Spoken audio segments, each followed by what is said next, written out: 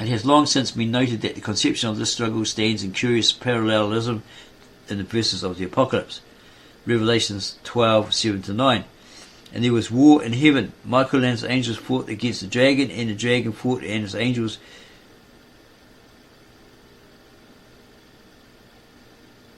and prevailed not, neither was their place found any more in heaven. And the great dragon was cast out, that old serpent called the devil and Satan, which deceiveth the whole world. We are also reminded of the words of Isaiah 24:21-22. The Lord shall punish the host of the high ones that are on high, and the kings of the earth upon the earth. And they shall be gathered together as prisoners are gathered in the pit, and shall be shut up in the prison.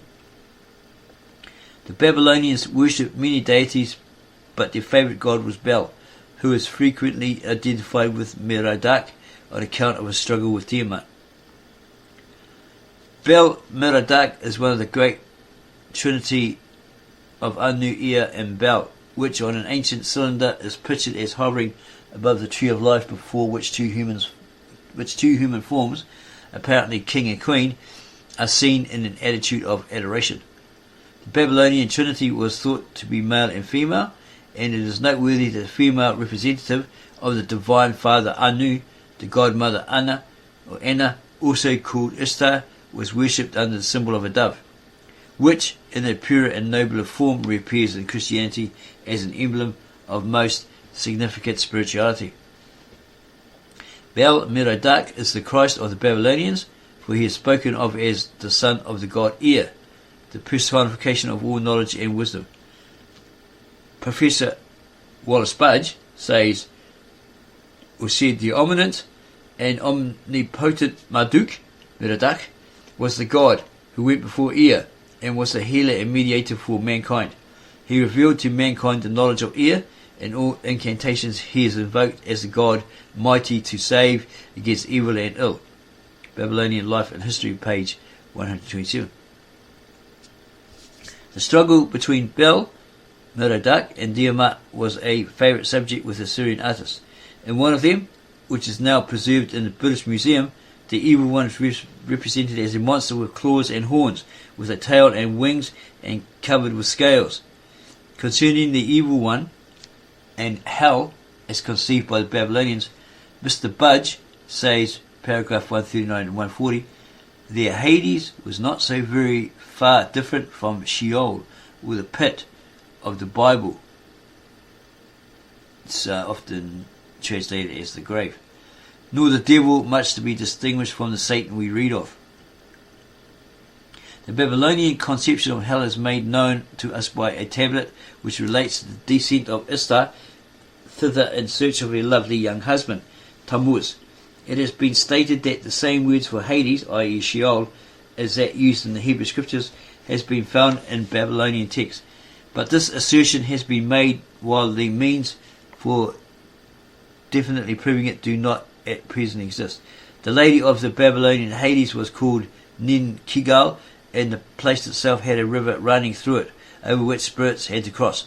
There was also a porter of the waters, which reminds us of the Charon of the Greeks, and it had 7 gates. The tablet mentioned above tells us that 1. To the land of no return, to the afar off, to regions of corruption. 2. Ishtar, the daughter of the moon god, her attention firmly fixed. 3. Fixed, the daughter of the moon god, her attention fixed. 4. The house of corruption, the dwelling of the deity 𝒀𒃵, to go. 5. To the house whose entrance is without exit. 6. To the road whose way is without return. 7. To the house whose entrance is bereft of light. 8. A place where much dust is their food, their meat mud. 9. Where light is never seen, where they dwell in darkness. 10. Ghosts, there's a question mark beside that, like birds whirl round and round the vaults. 11. Over the doors and wane scotting, there is thick dust. The outer gate of this land of no return was strongly guarded and bolted, for the porter having refused to grant Ishtar admission, the goddess says, Open thy gate and let me enter in. If thou openest not the gate, and I come not in, I force the gate, the bolt I shatter. I strike the threshold and I cross the doors. I raise the dead, devourers of the living, for the dead exceed the living. There is another name for Hades, the signs which form it, meaning the house of the land of the dead. A gloss gives its pronunciation as Arali. Such, then, is the Babylonian hell. It is difficult to say where they imagined their Hades to be, but it has been conjectured by some that they thought it to be in the west. Besides Tiamat, there were in Assyrian and Babylonian mythology innumerable demons, whose names are known through the inscriptions and whose portraits are preserved on statues, bas-reliefs, and cylinders. The magic formulae which were employed to ward off their influence are always uttered 7 times in the Sumero-Akkadian language, which was deemed more sacred on account of its age, for it had become unintelligible for the common people and remained in use only for liturgic purposes. The Assyrians expected to frighten demons away by showing them their own shape and by exhorting them to destroy themselves mutually in an internecine combat. Lenormand briefly sets forth the demonology of the Assyrian Histoire Ancienne de l'Orient, 5 page 494. In the army of the good as well as in the army of evil, there obtains a hierarchical system of more or less powerful spirits according to their rank.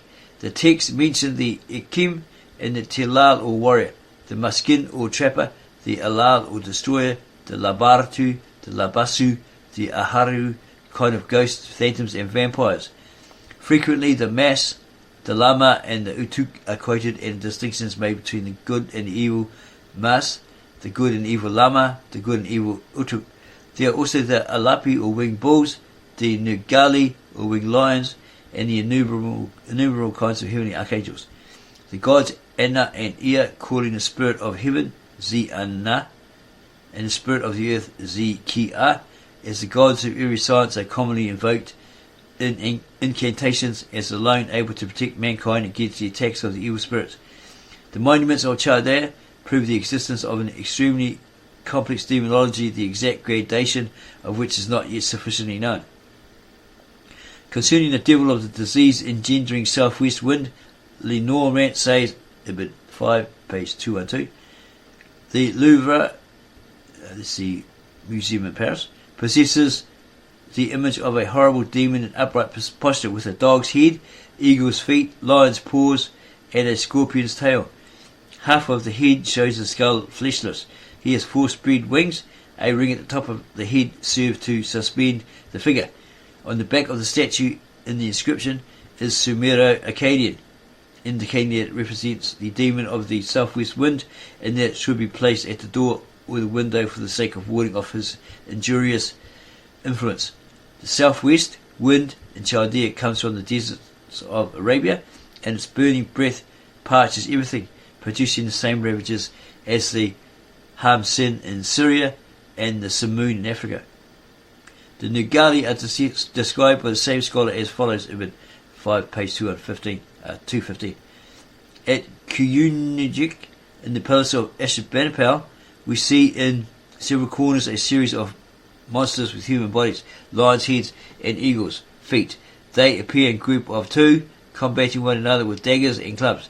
They too are demons and express in the language of the sculptor the formula so frequently met with in incantation. The evil demons should get out, they should mutually kill one another.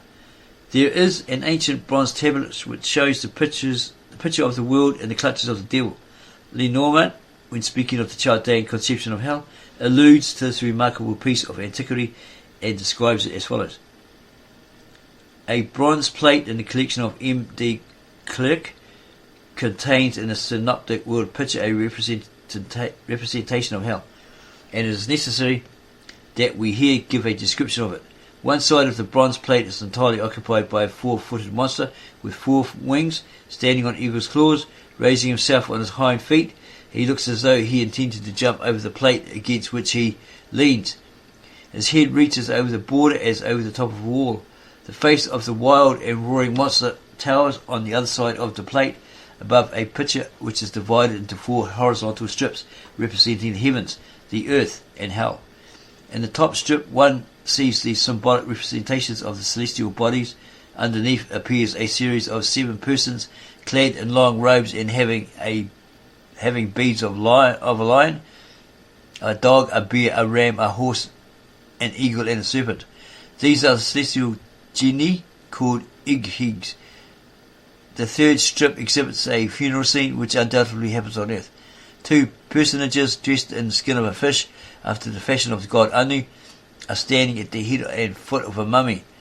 Further on there are two genii, one with a lion's head, the other with a jackal's head, who threaten one another with their daggers, and a man seems to flee from the scene of horror. The picture of the fourth strip is bathed in the floods of the ocean, which according to the traditional mythology of the Chaldeans reaches underneath the foundations of the earth. An ugly monster, half bestial, half human, with eagle's wings and claws, and a tail terminating in a snake's head, stands on the shore of the ocean on which a boat is floating. This is the boat of the deity Ilipu, frequently mentioned in the religious text, and probably the prototype of the boat of Charon or Charon in Greek mythology.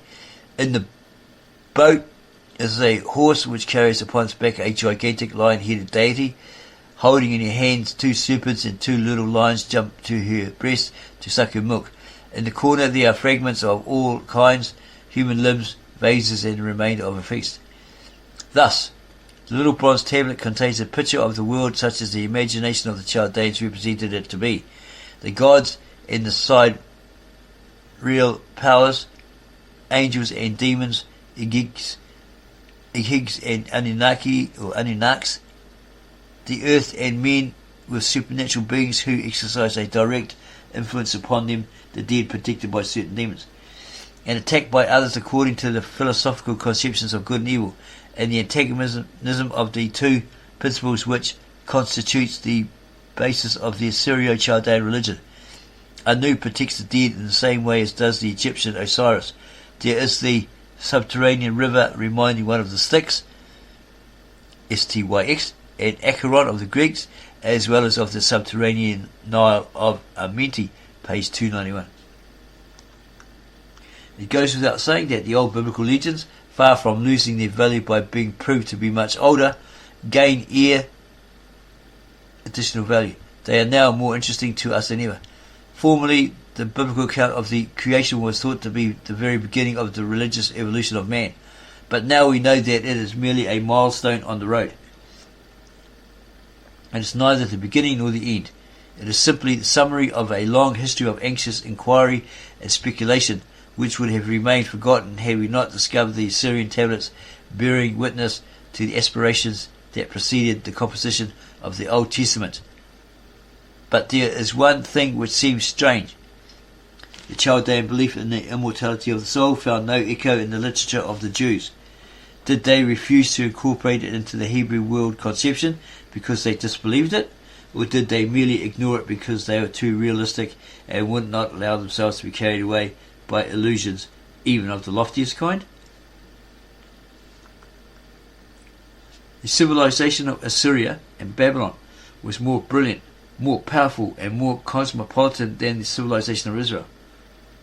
Nevertheless, there is this important difference between the religious legends and speculations of these two nations, that while the Assyrian tablets are polytheistic and mythological, the Hebrew text is monotheistic.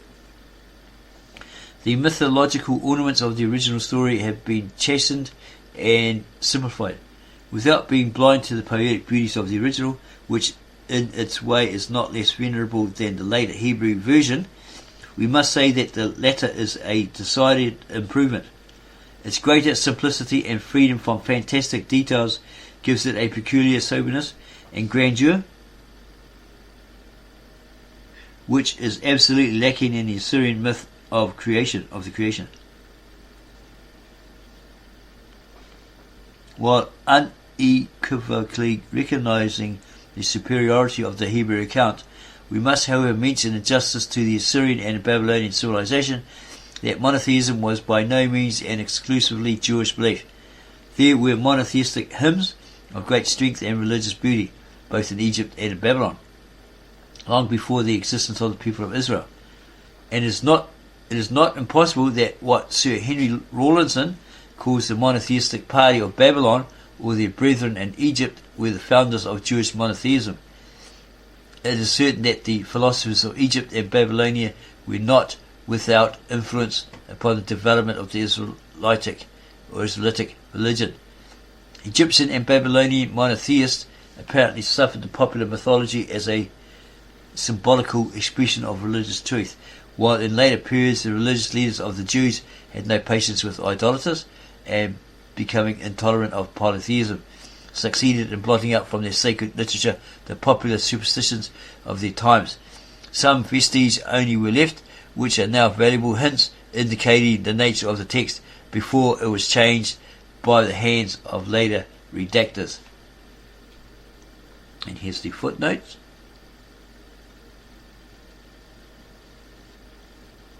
And it drops hints, 29.1 in this article. A popular etymology connected this word Adamatu with Adamu or Admu, man, which later, as Rawlinson pointed out, reappears in the Bible as the name of the first man.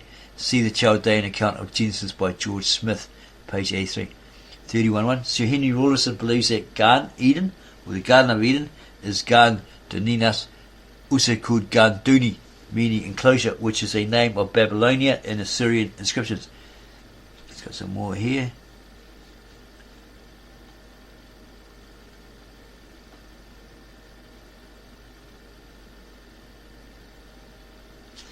And it has down here 36.1. It is noteworthy that Fagus, the beech tree, and something, I'm not too sure what that is. If it's Greek or something else, not really sure. The oak, which are both etymologically identical with the English word beech, B-E-E-C-H, as in beech tree, and the German Buche means eating, or the tree with edible fruit. The word acorn, which is not derived from oak but is connected with acre, the field, means harvest or fruit. It has no connection with the German _ʀækæd, acorn, but it is the same as the German _ʀækæ, which is the name of the beech tree fruit. If you like this article, give us a like, subscribe to our channel, and add your comments below the video, and go share this with your family, friends, others, your church friends, etc., because this goes right back prior to the Bible. These texts were, especially the Mesopotamian cuneiform texts, were 3,000 years older than the biblical text, supposedly. Very interesting article.